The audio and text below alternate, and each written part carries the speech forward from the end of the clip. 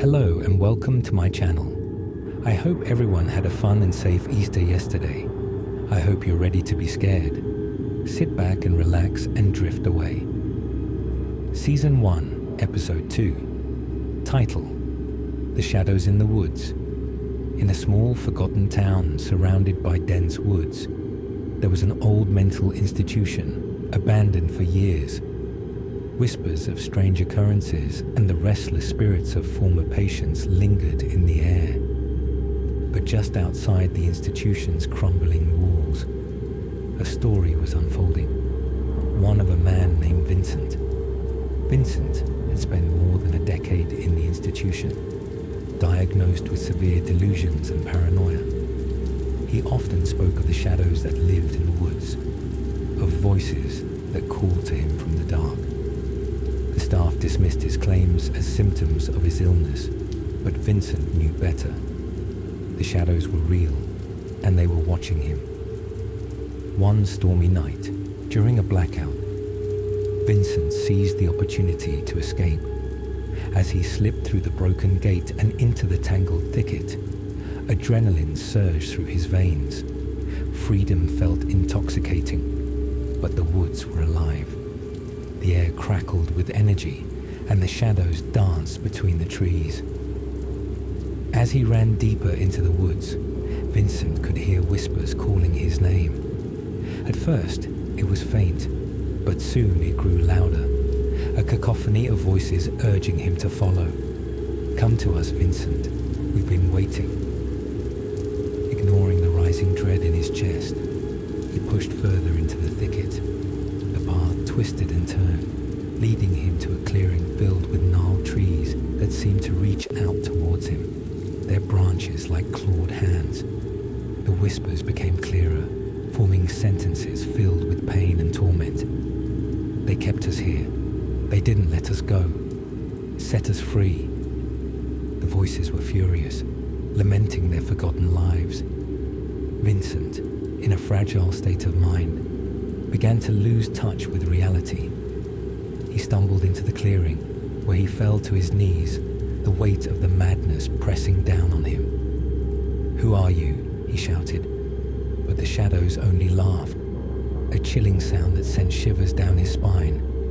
Suddenly, a figure emerged from the darkness.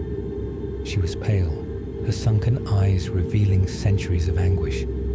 "We are the lost, the forgotten." Her voice was soft, yet filled with an insatiable rage. "You broke our chains, Vincent. Now you must join us." Before he could react, the shadows engulfed him, wrapping around his limbs like a thick fog. He felt himself sinking into their depths, his mind spiraling faster than he could comprehend. The faces of former patients twisted within the shadows, each pleading for justice, for revenge on the institution that had betrayed them.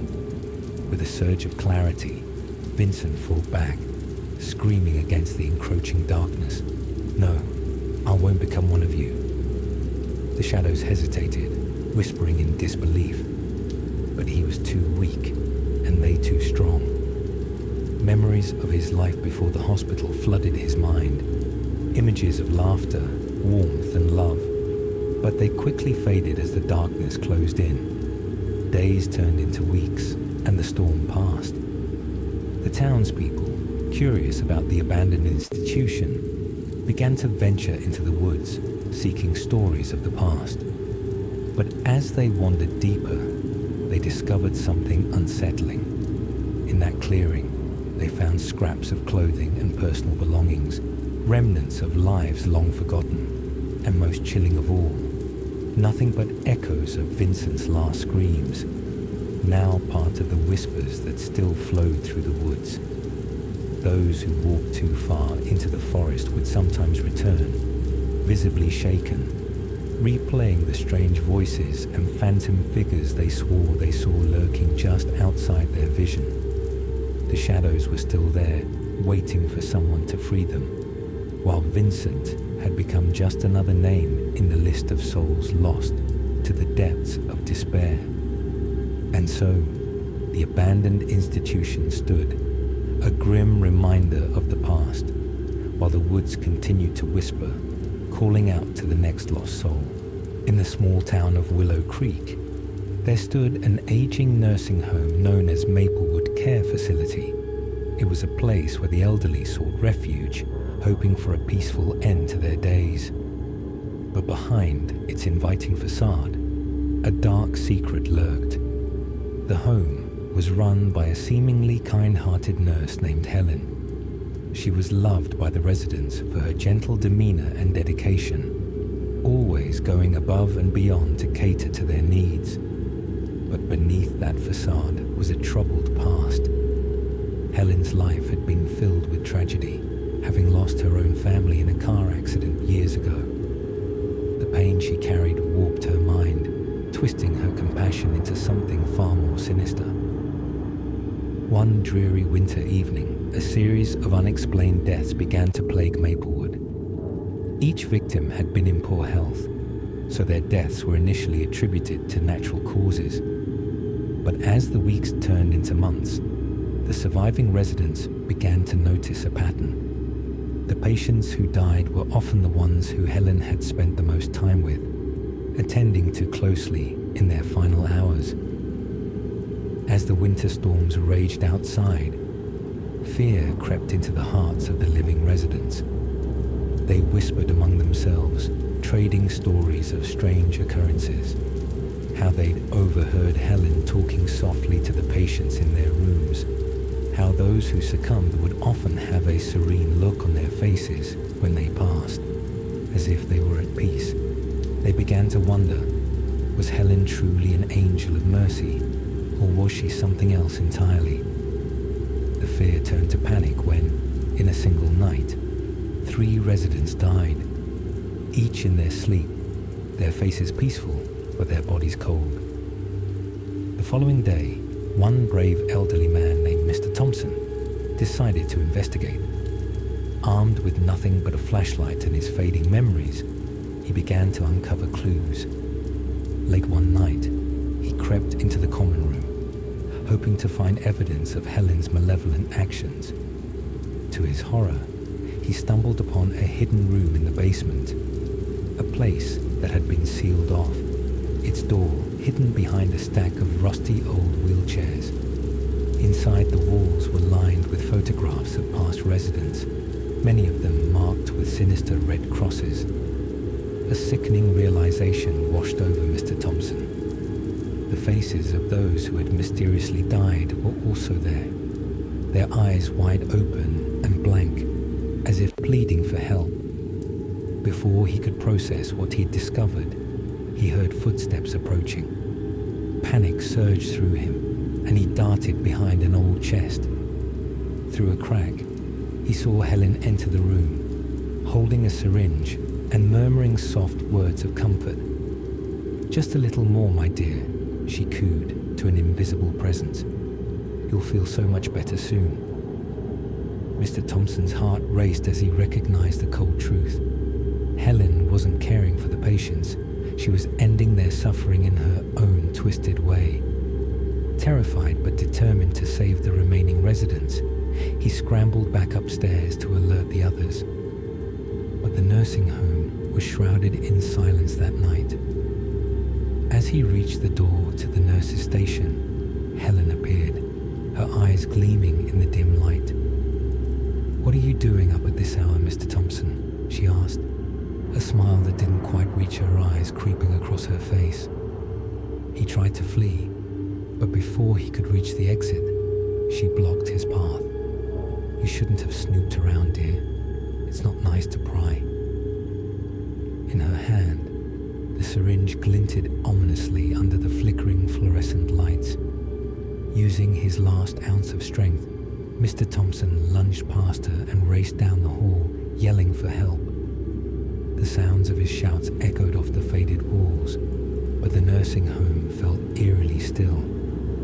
Just as he reached the main entrance, darkness consumed him. Days later, when the authorities finally arrived, they found the nursing home abandoned. The residents vanished without a trace. Helen was nowhere to be found, having slipped into the night like a shadow. Maplewood Care Facility was closed indefinitely, shrouded by rumors and dread, its truth buried beneath whispers of a kind nurse who had slipped into madness.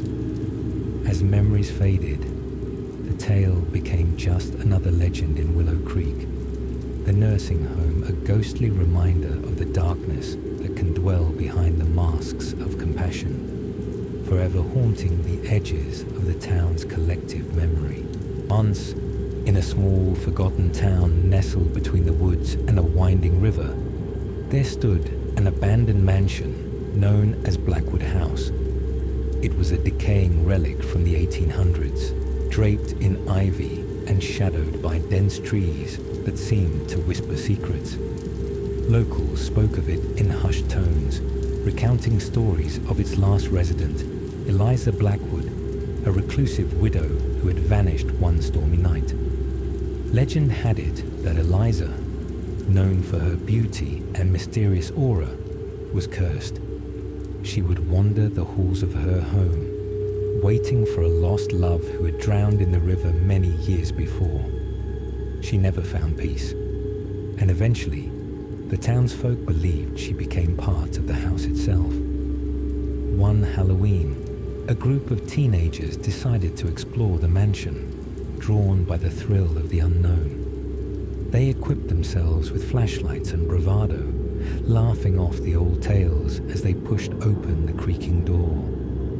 The air was thick with dust, and cobwebs adorned the corners like ghostly lace. They ventured deeper into the house, where time had been forgotten. In the grand parlor, an ornate mirror hung crookedly on the wall. It was said to be cursed, reflecting not merely the present, but revealing glimpses of the past. As they gathered around, one of the boys, Jake, jested about Eliza's ghost, mocking her lost love and daring her to show herself. The others laughed, but as the air grew still, they began to feel an unshakable chill. Suddenly, a flicker of movement caught their eyes in the mirror. A shadowy figure appeared behind them, but when they turned, the room was empty. Heartbeats quickened, and a tangible tension filled the air. They decided to leave, but the exit they had entered through felt further away than before, as if the house itself was shifting to trap them. While searching for a way out, they stumbled upon a room at the end of a dim corridor. Inside stood a four-poster bed draped in tattered curtains, and on the nightstand, a faded photograph of a striking young woman, the face of Eliza Blackwood glaring back at them. In that moment, the temperature plummeted, and a low, mournful wail echoed through the walls. Panicked, they turned to find the room had transformed. The walls were now adorned with the same ghostly ivy from outside, and an oppressive darkness enveloped them. As they moved to the door, they saw her, Eliza, in the doorway, her eyes hollow and her figure shimmering like mist. A once beautiful visage twisted by sorrow and rage. She raised a pale hand, pointing accusingly at Jake. The group screamed, rushing back towards the parlor. But each room they entered seemed to lead them deeper into the house's twisted layout. They realized the stories weren't just tales. The house was a labyrinth, ensnaring those who dared mock its secrets. Jake, feeling an otherworldly pull, turned one last time, but no words came out as Eliza glided towards him, her mournful wail crescendoing like a storm. The remaining three managed to find an exit, stumbling breathlessly into the moonlight. They turned back just in time to see the front door slam shut, sealing the house and the lost souls within. But Jake was nowhere to be found. Days turned to weeks, and the townsfolk whispered again. But now they told a new tale of the foolish teenagers who braved Blackwood House only to learn the price of disturbing Eliza's eternal weight. And every so often, on moonlit nights, some claimed they could still hear a haunting wail carried on the wind, beckoning to those brave enough to listen. And every Halloween, when the air turns cold and still, a new photo appears in the town square. A young man with haunting eyes standing beside Eliza in front of the old mirror, forever trapped in her sorrowful embrace. On the outskirts of a small town stood the old Blackwood Manor, a sprawling estate shrouded in legends of tragedy and despair. It hadn't seen a living soul in years, except for the local maintenance crew that tended to the overgrown gardens. But when the owners decided to reopen the mansion for public tours, they needed a team of security guards to watch over the property, especially on the nights leading up to the grand opening. 4 security guards were hired: Mike, Jenna, Marcus, and Sarah.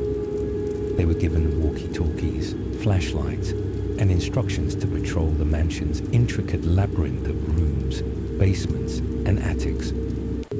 They arrived on a chilly October evening, the sun sliding behind the horizon, casting shadows across the house's weathered facade.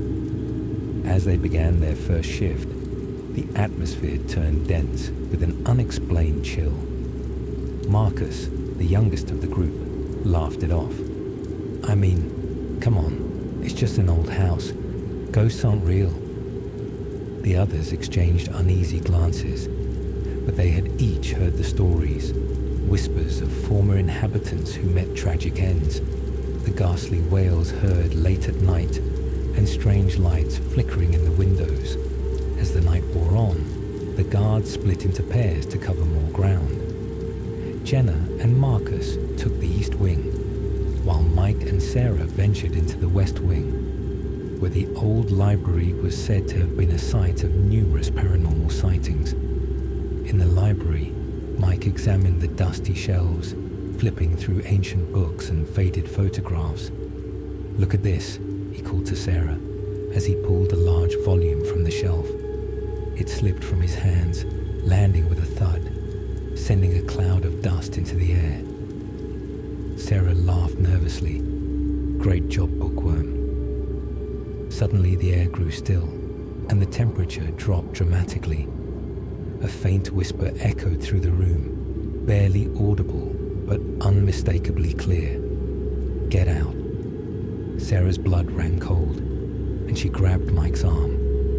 "Did you hear that?" Before Mike could respond, the lights flickered violently, and then the candles lining the room lit themselves one by one, illuminating the space with a flickering glow. They could feel the presence of something, an oppressive weight in the air. Panic seized them, and they sprinted out of the library, reuniting with Jenna and Marcus in the corridor. "What happened?" Jenna asked, concern etched across her face. Mike recounted the eerie occurrence, but Marcus remained skeptical. "It must be the wiring or something. Old places are just creepy." That night, as the guards continued to patrol, eerie occurrences escalated. Doors slammed shut behind them, shadows danced in the corners of their vision, and inexplicable cold spots made them shiver. Each pair returned to their rendezvous point with increasingly frantic stories of their experiences. At around 2 a.m., the power abruptly went out. In the engulfing darkness, the only sounds were their frightened breaths. Jenna quickly got the walkie-talkie to call in the situation, but the static buzzed in her ear before finally fading into silence. "I can't reach anyone," she said, her voice trembling. Frustrated and frightened, Mike suggested they check the basement, where they might find the main power switches. They made their way down, armed with only their flashlights. The air grew thick as they descended the creaking stairs, and an unsettling feeling of being watched enveloped them. Suddenly, Marcus stopped, pointing at a shadowy figure at the end of the corridor, its features indistinct, but undeniably human. "Is that?" Sarah whispered, fear sending chills down her spine. Before they could make sense of it, the figure dissolved into the darkness, and a chilling laughter echoed through the basement. Panic erupted, and they turned to flee, but the staircase seemed to stretch endlessly behind them. They sprinted, desperately trying to find their way out, the laughter growing louder, tightly wrapping around them. Finally, they burst through the door, finding themselves back in the library. Heart pounding, they were drawn to the book that had fallen earlier. As Mike reached for it, the room fell silent again. There was a cold charm to the atmosphere, and as the lights flickered back on, they felt an inexplicable sense of dread. With the lights now functioning, they found the page was open to a portrait of a young woman, her sorrowful eyes peering into their souls. Next to it was a small note. "Find me." Marcus's skepticism shattered. What does it mean? Is this some kind of joke? But no one had the answer. Just then, a cold wind rushed through the room, extinguishing the lights and sending them into darkness once more. The sounds of footsteps echoed behind them, unseen, yet ominously near. The guards clung to each other, but as they turned to see what was pursuing them, they found themselves completely alone, the whispers returning, pleading, beckoning them to leave but warning them that they could never. As the dawn approached, the town awakened to find the mansion returned to silence, the guards never to be seen again, their radios crackling with static, echoing, "Help, us." And in the depths of Blackwood Manor, the winds continued to whisper secrets, waiting for the next ill-fated souls to uncover its haunting legacy. This is the end of episode 2. I hope you enjoyed this episode. We will put out more content and YouTube shorts. If you enjoyed our content, please like, comment, and hit that subscribe button. In the near future, we will upload animations to our stories. I hope everyone has a good and happy week. 1. Love from Zero Remorse Studios.